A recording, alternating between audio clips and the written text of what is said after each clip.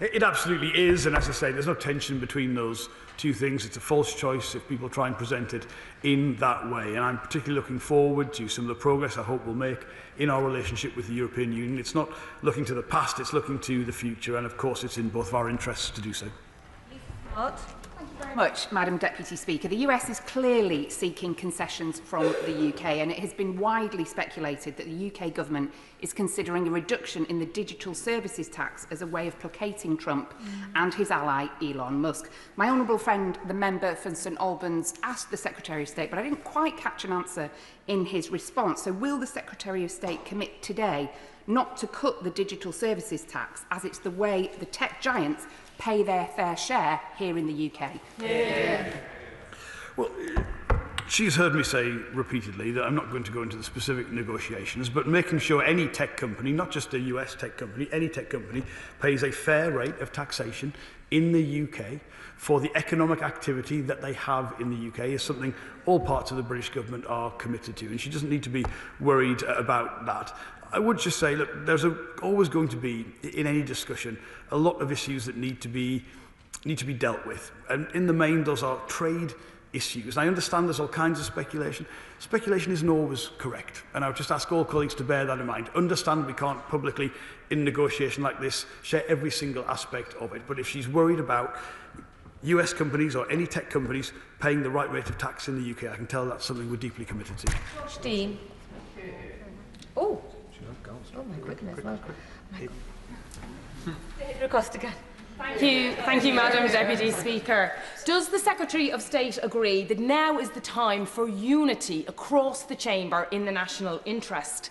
And in contrast to the politicking we had earlier from the Conservative Shadow Minister, will he commit that this Labour government will always put country first, party second? Absolutely, country first, and I would hope all members of the House could get behind the approach that we are taking. It is genuinely in the national interest. It is the way forward. It is the way to deliver what all of our constituents want in these troubling times, a much better path towards the future. Andrew Snowden. Thank you very much, Madam Deputy Speaker. And I appreciate the tone of concern that the Secretary of State has come here with today. I'm particularly concerned what this means for the UK defence industry. In particular, those companies such as BAE Systems in Fylde across Lancashire that manufacture component parts for US-UK defence programmes such as the F-35. So as the Secretary of State, two things. Firstly, what conversations has he had with the Ministry of Defence to work with their counterparts in the US to address this from a national security perspective for both the US and UK? And also, can he give assurance that the order of fighter jets, 25 fighter jets that the RAF needs to place will not be used as a bargaining chip in any trade deal, and that British-built Typhoon jets will be used for the RAF? Well, I thank him for his question. I myself have constituency interests very similar to his, and the close alignment between ourselves and the US on defence and security matters is an enduring and huge asset to both countries. And I absolutely share the sentiments that he has raised in the chamber today. He asked about whether we can engage US counterparts in this conversation about a more constructive way forward. Yes, that is always part of our thinking. Actually, our trade bodies in the UK have excellent US links in the main, and they engage in similar activity around that. He raised a specific point. I've no detail I can give him, but I've no knowledge of anything like that being used as a bargaining chip. But if I need to give him additional information, I'm happy to write to him to provide that. Peter Swallow. Thank you, Madam Deputy Speaker. Bracknell is home to the UK and European headquarters of many US companies, as well as many UK businesses who do business in America. Can the Secretary of State assure businesses in Bracknell that it's the position of this government that barriers to trade are bad for growth on both sides of the Atlantic, and that he's working hard with a cool head to secure a trade deal? Well, I thank him for that question. He's right, Bracknell is got some tremendous businesses, I think Honeywell and Dell and 3M, so he will have some particular constituency interests that he is seeking to promote and to defend. I would say the approach that we have mapped out, that I've mapped out in the chamber today, is not just one that I've had tremendous support from UK businesses on, but actually from US businesses as well, particularly ones with a relationship, an economic relationship to the UK. And I think what people are seeking right now is some evidence that countries around the world are trying to deal with this difficult situation in the right way, in their own national interest, but in a way that gives us an opportunity to actually strengthen rather than weaken these important trading relationships. Ellie Chance. Thank you, Madam Deputy Speaker. It's clear that the UK needs to show some backbone in standing up to the US President's bully boy tactics on trade. Now, the Secretary of State says that he's keen to negotiate a deal, but at what cost? What is he putting on the table? Can he assure the House today that in seeking a carve-out from President Trump's tariffs, he's not prepared to offer President Trump and his big tech billionaire buddies an opportunity to carve up the NHS, our environmental and food standards, or our sovereign right to make our own decisions on taxing digital giants? Yes. She will have heard the answers I've given to some of the questions that she raised and the unequivocal assurances I've been able to provide. She talks about backbone and strength. You know, strength and wisdom are not opposing values. Backbone comes from putting your own national interest first and negotiating on a basis that is in the interest of all of our constituents, not banding around rhetoric and escalating the situation. That, respectfully, is not the right way forward. The right way forward is to engage on national interest and to make sure we're delivering and have the chance to find the right way through this. Ford. Thank you, Madam Deputy Speaker, and let me thank the Secretary of State and his team for the enormous amounts of hard work they've been putting in on this issue. And it feels apt to mention that I represent the town of Kirkcaldy, the birthplace of Adam Smith, who I'm sure would have had something to say about last night's events.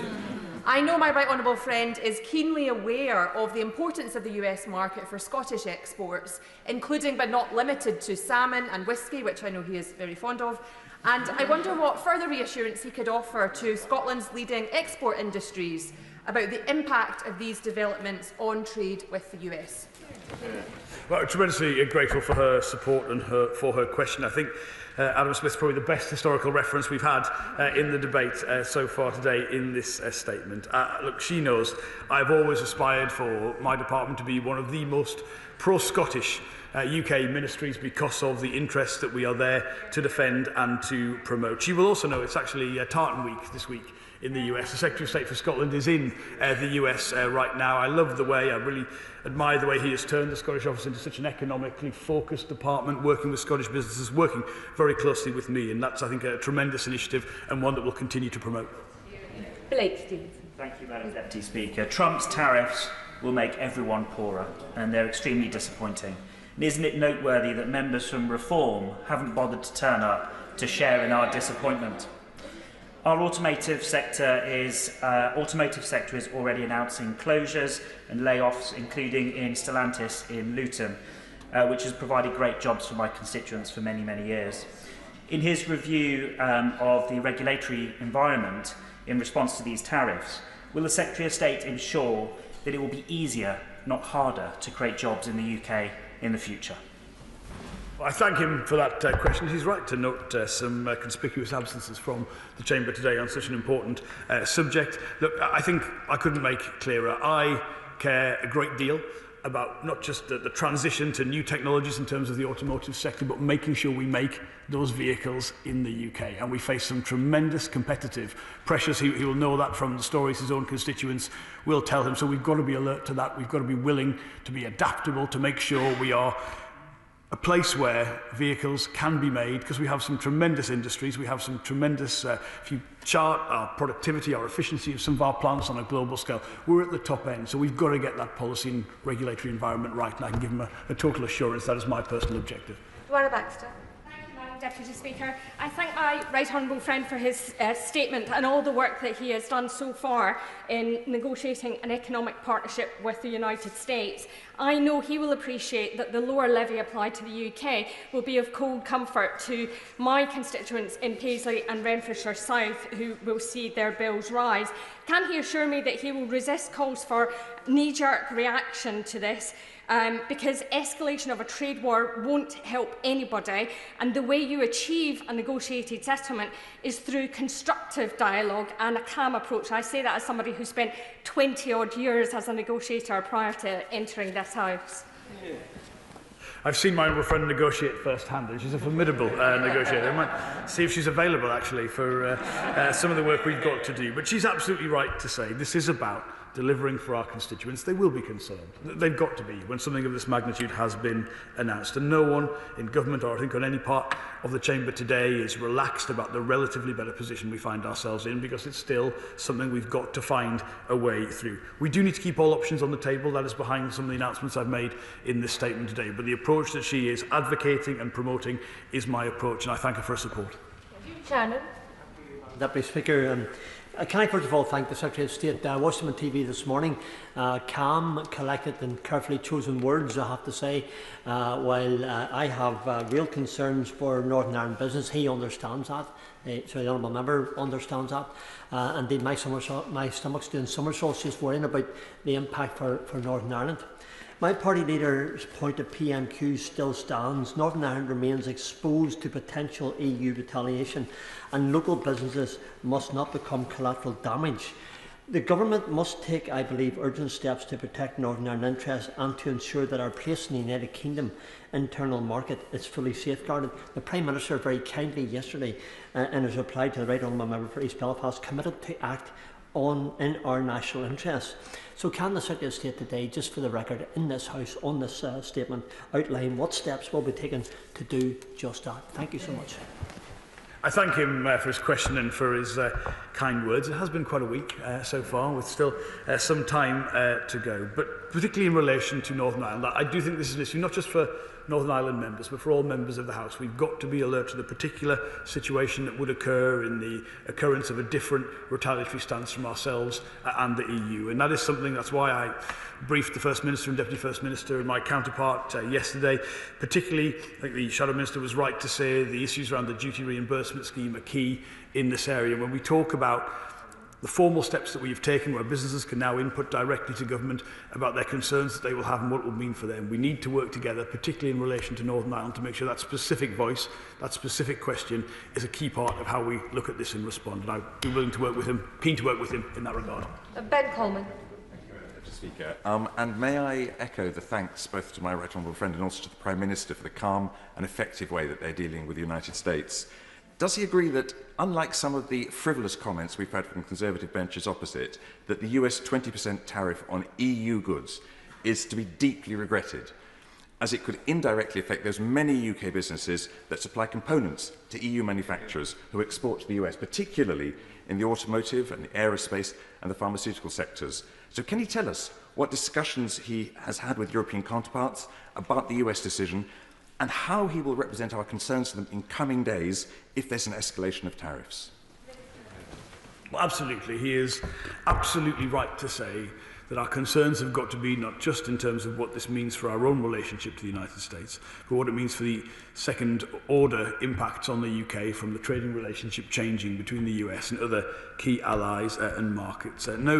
No discussion on trade or tariffs is complete without bringing up rules of origin, and of course the complexities of some of the supply chains, particularly in automotive, as he says, are key issues, because you have to make sure not only that you have preferential tariff access to markets, but your products that you make in your country qualify for those through those rules of origin. I can tell him we're closely engaged with all partners. He will know my colleague, the Cabinet Office Minister, deals with the EU reset, but we have a very close working relationship and will continue to do so, as well as having direct conversations with our Commission counterparts. Dean.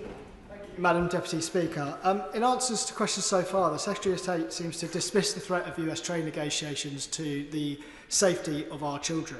I'm sure he has seen the abandonment of content moderation on these platforms. I'm sure he's heard what Trump, JD Vance and Musk have said about free speech in our country. What they mean is the freedom of these US social media giants to keep our children addicted to their platforms, no matter how harmful that content is.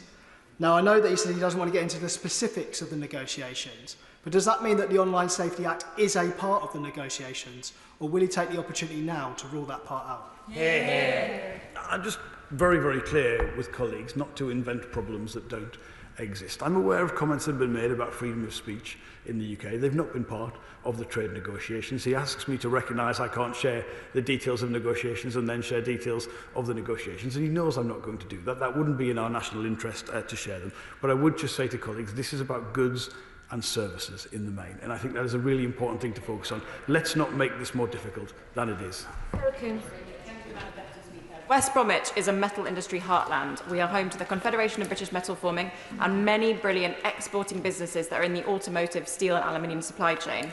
This morning I spoke to the Chief Executive of William King, one of those brilliant local businesses, and she was clear that the government is right to remain calm and to work to achieve a deal. But while ministers are working towards that deal, can I ask what else we can do to support these businesses to continue to trade and invest with confidence? That is absolutely the right approach to take, and I welcome her support from her businesses in her constituency, as she has outlined. Of course, we're trying to find a way through this, but look, our domestic competitiveness, the situation we inherited after the election, it's not what it could be, it's not what it needs to be. Even I think Conservative members recognise the impact of some aspects of regulation, of energy prices, of the direction of travel. I mean, a lot of the foundation industries, the output last year, this year, is at levels that should concern us all. So we've got to get that right. That's why this government is committed to an industrial strategy. It's why we're committed to a trade strategy that works in partnership with that. The feedback we get from businesses is that this is exactly what they want, as well as, of course, endorsing this approach, as she has said. And I want West Bromwich, which is a powerhouse, to be an even bigger powerhouse in future, and that applies to many members' constituencies across this House. Manuela Patinella. Thank you, Madam Deputy Speaker. The tariffs announced by Trump last night will be concerning for many businesses in the UK, not least British farmers, including in my constituency of Stratford-on-Avon. And we all recognise that Trump will use the imposition of tariffs to try to get concessions from countries around the world. Will the Business Secretary commit today and reassure the whole country that he will not agree to any deal with the US, which would lower food standards and undermine British farmers? Well, she will have heard me say very clearly about our SPS regime and our commitment to that on this side of the House, which we included in our manifesto. I would also say that the UK is currently the biggest importer in Europe of US agriculture. So we shouldn't present this as something that we don't currently have, that the US is trying to open up. We have a strong relationship, a mutually beneficial relationship, and British agricultural products are themselves a premium product that has a tremendous reputation, whether it's in the US or in other parts of the world. And seeking to remove trade barriers on both sides of that whilst maintaining that SPS regime in the UK, and because that's very important for our other trading relationships, is vitally important. But it could be a story, a positive story, of how we open up more markets to excellent US products, and that is fundamentally what good trade policy is about. Chris Spence. Thank you, Madam Deputy Speaker, and I thank the Secretary of State for coming here and his really calm head in a difficult situation. My constituency of Harlow is home to many businesses like Wright's Flowers, A1 Bacon, Harlow Group and Raytheon, who rely on international trade both directly and indirectly with the US. What reassurance can the Secretary of State give those businesses and their consumers? And does he think the work that Raytheon are doing to actually source UK parts for their defence system is going to be more and more vital in the years and months to come? To him for his support and for mentioning some of the excellent local businesses in his area. In relation to the specific example that he gave, I think particularly the impact after the pandemic, after the war in Ukraine, of supply chains, how the private sector is working with government to look at some of those vulnerabilities, to look at where we can make sure we don't have strategic weaknesses. I think all of that work is vitally important. Our intention is to include that in the publication of the trade strategy, which is due fairly imminently, but this aspect of economic security is a vital and important area. Seamus Logan. Thank you, Madam Deputy Speaker. The Secretary of State can't have failed to notice the number of members from all sides of the House who have raised the issue of the food and drink industry, particularly in Scotland, much of it produced in my constituency. Now, I do admire in his statement his speaking softly and carrying a big stick approach as he prepares his plan B, as it were. But retaliatory action is not the only lever that he could pull, and I would encourage him, and perhaps he might want to comment on whether in discussions with the Chancellor they might be prepared to offer some sort of mitigation to these industries in the autumn statement. Thank you. Well, it's very skillfully done to raise issues that are more for the Chancellor than myself in the autumn statement. But look, I think the prominence of food and drink, because of our success in this area, because of what it means to every bit of the United Kingdom, because that is such a prominent part of our economic exports and our prosperity and our success, of course that features very heavily in all of our decisions, whether that's in trade, whether that's in business support, export support, or whether that's in the wider policy environment, the regulatory environment. So I can assure him that his constituents and his excellent and successful businesses in his area are always prominent in our thinking. Kirksmith.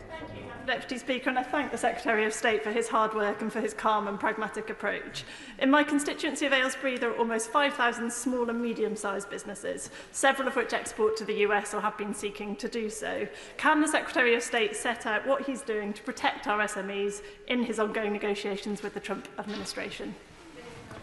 And look, fundamentally, what I want to see is greater market access to the US for small and medium-sized businesses in every part of the UK. There are particular things that we could tackle as part of that, the regulatory system in the United States, the federal-state dichotomy, particularly for services, exports, and all of that, I think, is the prize on offer if we get this right. There's also a big part of trade policy, which is not just free trade agreements, even though they tend to get the most prominence, but how we come to agreement in terms of e-commerce, how we look at some functions of online marketplaces and transactions. All of that is a sort of very practical difference that you can make through good trade policy to small and medium-sized businesses, and that's going to be, again, a premium and important part of the trade policy we're about to publish.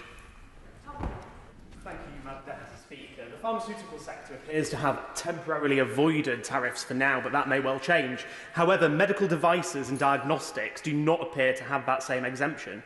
The UK is home to many medtech and diagnostic companies, and these tariffs will have an impact on them both here and abroad, and may well push up prices. So I wonder what conversations the Secretary of State is having with colleagues in DHSE about ensuring access to medtech and diagnostics in the face of increasing prices.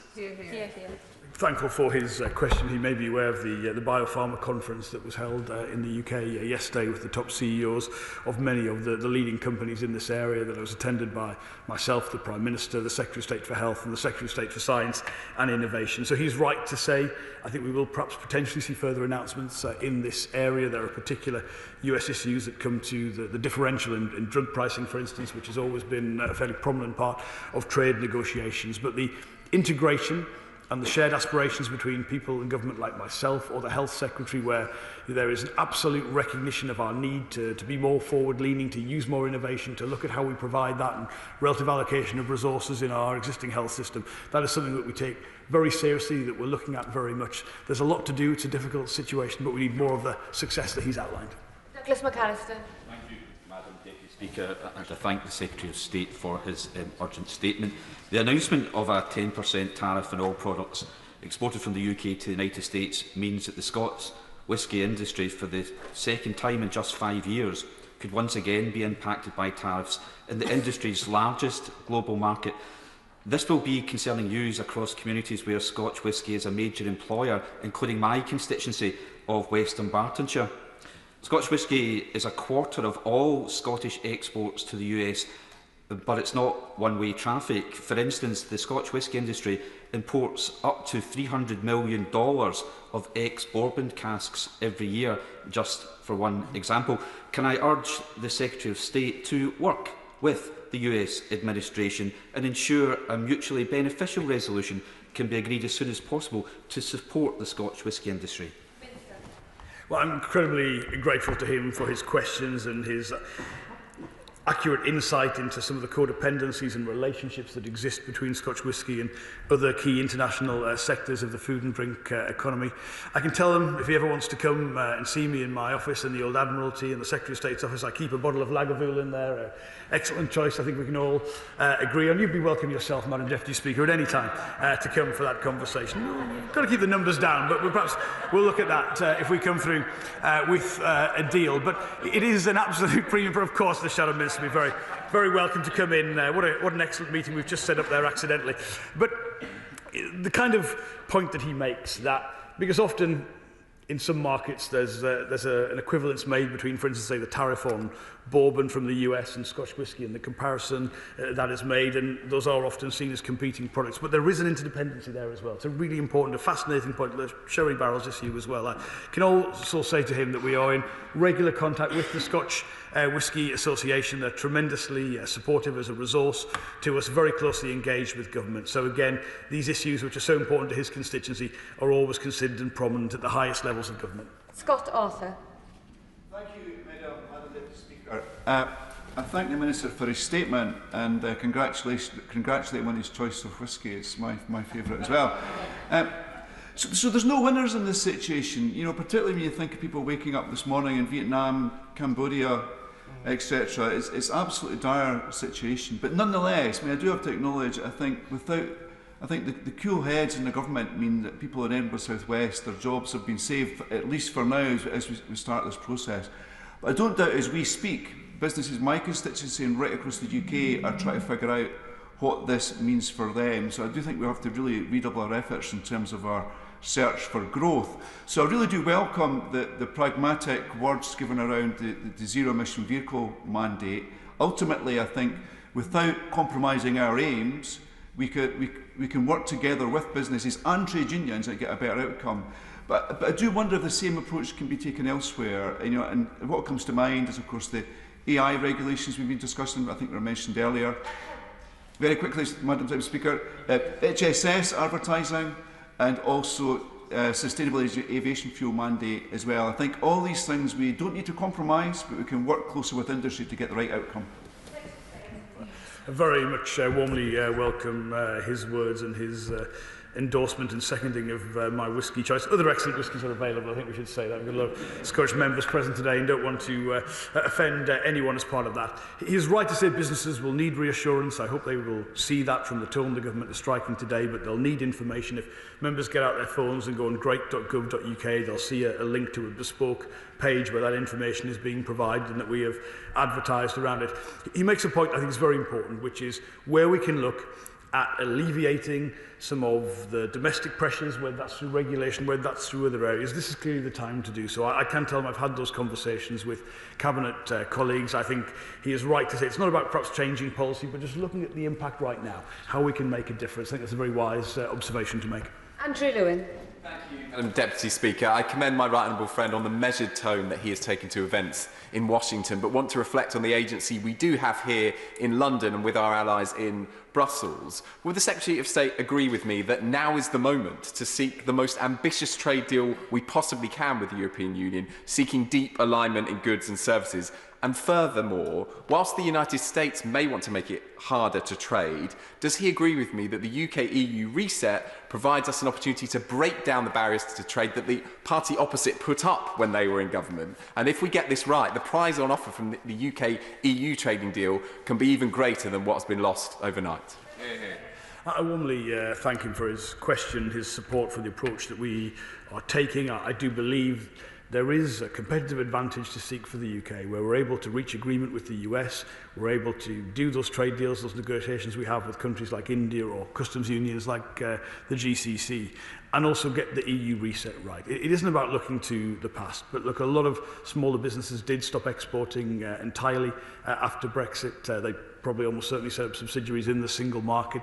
That was not to our advantage. We saw a real decline in certain types of food and drink trade, even though we've got still the same broadly similar SPS regime in place. So we can work on these practical things, and that is our objective. I think there is a real gain to be had from that.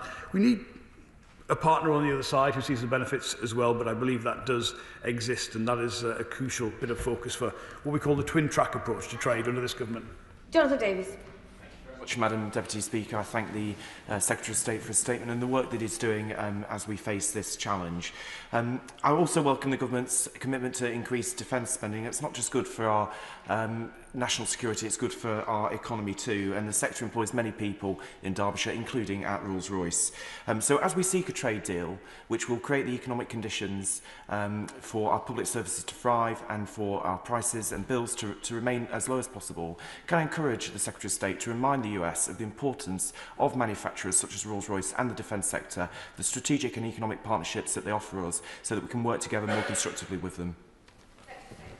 Those are very wise words, and I'm grateful to him for putting them on the record today. Defence spending is crucial to our national security. The big change, the big uplift that we've seen is a key part of that. But he's right to say it would be wrong for anyone in this country to think there's not a domestic economic dividend for that. And those jobs are spread all around the United Kingdom, including in places where they're really reliant upon them. So it's great news on the economic front for all parts of the UK, and Derbyshire and Rolls-Royce are a Rolls-Royce example of that. He talks about how we can get this right with our relationship to the US. Look, there are some great things we already have underway. If you think of the AUKUS agreement, where US the US treats domestic UK suppliers as part of the domestic supply chain. There's equivalence there. If we think about, for instance, on steel, the role that Sheffield Forgemasters plays as a crucial part of the defence supply chain, again for the US. These are really important strengths to recognise, mutually beneficial strengths to recognise. And again, I think if you look at the facts and how our trade and interdependencies work, there's a great prize on offer to get this right. Final question, David Pinto-Dudzinski. Thank you, Madam Deputy Speaker. A joy as ever. And I would like to thank my right honourable friend and the Prime Minister for their tireless efforts that have secured the best comparable position available to our country. There is, of course, deep disappointment that tariffs have been levied, but the fact they've been levied at the lowest band is a vindication of their strategy, and businesses that I have spoken to in Hendon and nationally have been unanimous in their support for the government's approach. Does he agree with me that the best way to stand up for Britain is through a cool, calm and collected and pragmatic approach, and that we must reject the knee-jerk response and calls for action on invented problems that some on the benches opposite demand? Extremely grateful to him for his question. He has absolutely articulated our approach, which is that we are not complacent, we're not happy, we are disappointed with any tariffs being imposed on the UK. We recognise the lowest band being applied to the UK, but it doesn't mean we won't redouble our efforts to secure the kind of agreement which offers a way through that. I'm grateful to hear the support from his constituents. That is what I hear in every part of the country. Genuinely, this is the approach that business wants us to take. It is calm. I'm not sure if it's cool, but it is calm, and it is, I hope, reassuring to businesses in his area. And where a lot of people are always offering advice in this area, are always at times offering to escalate a conflict to a point which they perhaps haven't got a plan to de-escalate from. This government's approach is always to be pursuing our national interest, to be working with partners, to be looking at the mutual reciprocal benefits we could get from doing this right. And I am extremely grateful for the level of support across all parts of the House towards this policy. Thank you very much, Mr. Speaker. That is the end of a very lengthy statement on UK-US trade and tariffs. I'm now going to move on to the Select Committee statement. If the ministers on the front bench wish to leave or they're planning to stay, I'll...